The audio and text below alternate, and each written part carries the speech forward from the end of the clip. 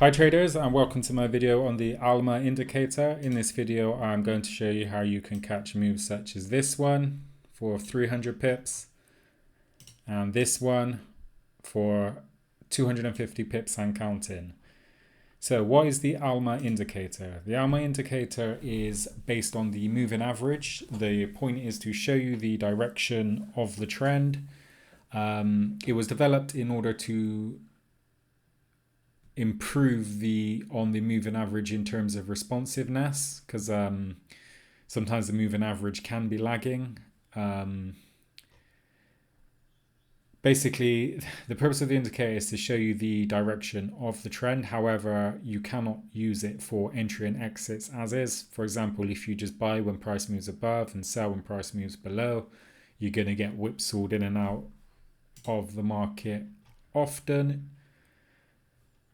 So here we have an Australian dollar, US dollar 1 hour chart. This is the MT4 platform. I've downloaded the ALMA indicator for free online. If you don't already have it in your trading platform, you can source it online. Alternatively, I do feel that this indicator is not that much different from just using an exponential moving average with the right period settings, depending on if you are trading short term, medium term, or long term. That being said, we're still going to cover the ALMA indicator and how to trade with it, as you can apply the same principles to the moving average, the default moving average already in your trading platform. As I said, this is a 1 hour chart. I prefer to trade the 1 hour charts and above simply because they have more price data, which I feel gives more reliable signals, and that applies to technical indicators such as the ALMA indicator, to price action analysis, candlestick patterns, so on and so forth. I mean, you can trade the 5-minute and 50-minute charts if you want using this indicator. The one thing I would say is if you look at this move from here to here, which is around 300 pips in a couple of weeks, I mean, trying to get 300 pips on the 5-minute chart time frame, let's say you've got to take profit of 10 pips, you're day trading or scalping, and you would need 30 winning trades to achieve that, which is something you can do in a couple of trades, if not one big trade, using the higher chart time frames. It also means less time chart watching, which is great. Okay, so that being said, this is how I myself interpret the ALMA indicator, and it's, as I said, basically the same way that I would use the normal moving average. So the first thing to do is to identify the trend. So we have the support level here, eventually breach below here. We have this nice candlestick formation here suggesting the bulls are pushing the market up. So that is a hammer, I believe. Price bounces away from this support level, arguably a triple top candlestick formation here, which suggests a good level of resistance. So if we just mark the support within here, which is around here somewhere. Okay, so the resistance, sorry. So we know this is a good level of support here. This is a strong level of resistance. So we're going to look for price to break out away from this area here. Okay, as you can see, it does just that.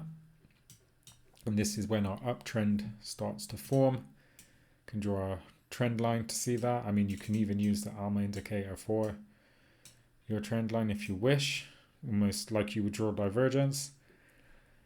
Okay, so we can see that we have the uptrend has commenced, and we're just going to look to time our entry. So the first entry, well, that would have arguably been the breakout of this zone, which could have been valid. I just prefer to wait for the trend to form or for a pullback. So the trend starts here. We have this pullback.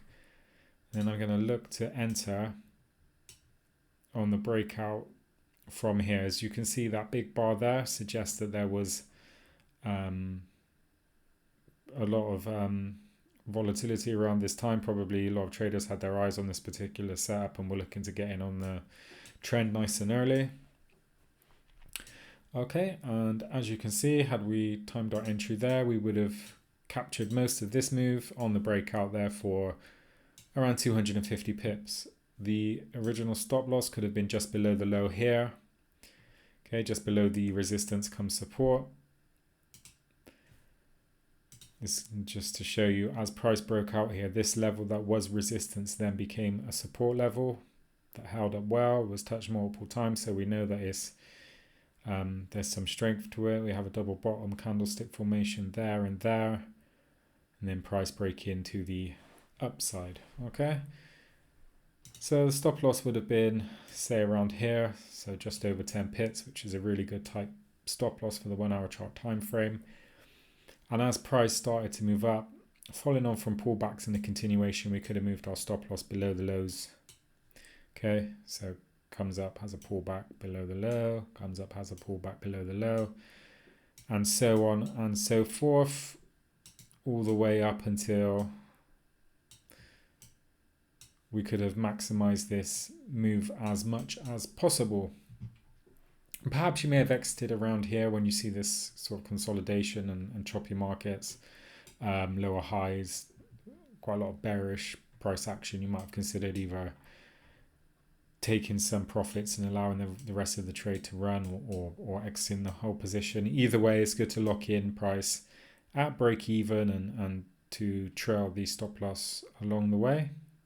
Okay, so back to the ALMA indicator. Where was that? There.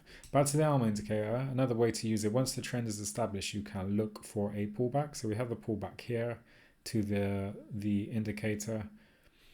So once we have the pullback, we can then do our resistance levels and wait for the continuation. So again, you have the breakout there, similar to this scenario where the price pulled back to the ALMA indicator and continued upwards. So had you taken this entry, you could have always placed your stop loss just below this low there, again around 15 pips, which is a relatively tight stop loss for the 1 hour chart time frame. Yeah, so that's it. That's basically a simple way to implement the ALMA indicator into your trading. Personally, I feel that you can do what this ALMA indicator does with either a default moving average or just draw trend lines. I mean, if you draw the trend line on your chart, you can still enter on the breakouts by just watching when price pulls back towards your trend line. See? So that's another way to use it. Yeah, you could have caught a lot of this move. Another thing you can do, if you like trading with indicators and you don't want to be drawing any levels of support and resistance, I mean, I highly recommend that you learn how to, if you don't already know, draw your own lines. But if you prefer the visual appeal, let's say, of technical indicators, you can always let's say add a stochastilator to the chart. The ALMA indicator is showing us prices moving up. So with the stochastics, when it crosses below the 20 or in and around the 20 area, when it crosses to the upside, the main crosses the signal line, it suggests the market is turning upwards. If it turns upwards near an oversold area, then we suggest it's a good time to perhaps buy into this trend. So you have the pullback to the ALMA indicator there, you could look to buy. Again, indicators can be lagging. I mean, the purpose of this was to try to make up for the lagging, or so they say, lagging moving average. However, if you were only trading sell orders below the ALMA indicator, you would have missed that perfect pullback entry there. Okay, so it's not all set in stone. That being said, if you were determined to only take longs above the ALMA indicator, to only buy above it, you could wait for this cross here, and then price did cross above. In addition to that, I can't help myself, but you've got to draw your lines. You've got a nice wedge pattern forming there, so it seems like a place you perhaps want to consider entering. Okay, again, the stochastics crossing over here. By now the trend has moved quite significantly already. That being said, there is the potential for an entry perhaps on the breakout of this level here. This is why, if you just take this indicators blindly, you see a cross up, see price above the ALMA, you jump in. well, you can see what happens. You're close to this level of resistance. You didn't wait for price to go through. It hits the resistance and falls back down. On the other hand, had you waited, being aware that you've drawn your line there, you've drawn your line there, you know there's resistance, you're not going to jump in. You wait for the other pullback, and then you can enter on the breakout there. Stochastic is showing you the market is perhaps trending upwards, although it's close to the overbought area. As we know, we are near the top of this trend. Okay, have a nice W chart formation there. A double bottom as well. Tested, breakout. Okay. There's an example of a stochastic crossover near the 20 zone, crossover, price above the MA, just to get in on the end of the move there. However, zooming out of the chart, you might be thinking you're going to be buying high there. That being said, this is the 1 hour chart, and there was still enough gas left in the tank for 50 plus pips. Okay.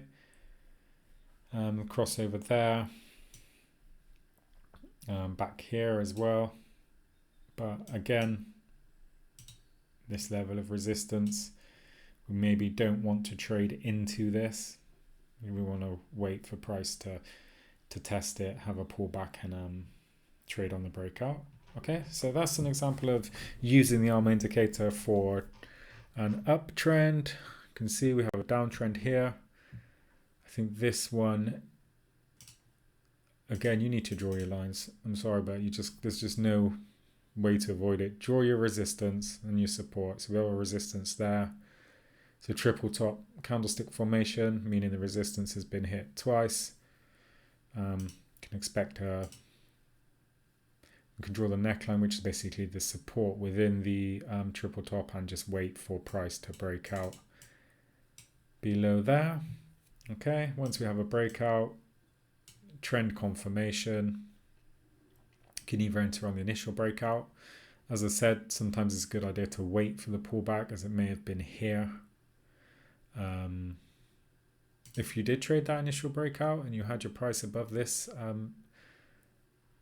area of resistance here, you may have been okay. You may have been spiked out here, but you can always re-enter, or you could have just waited for the trend to commence first and then enter as it continues downwards. And to do that, again, just draw your level of support, and you can see this breakout here. Wedge pattern, nice breakout to the downside, and price continues down. That would have been a good point of entry. You've got all this bearish candlestick formations, got a falling star here, 3 inside down set up. Is, got these pin bars. Lots of signs that the bears are beginning to take hold of this market. Okay, so there's a squeeze here and price rallies downwards. If we zoom out, if you had got in on that breakout, you would have been good for 200 pips. Could have trailed the price. Initial stop loss just above the breakout level here, and then just move the stop loss above the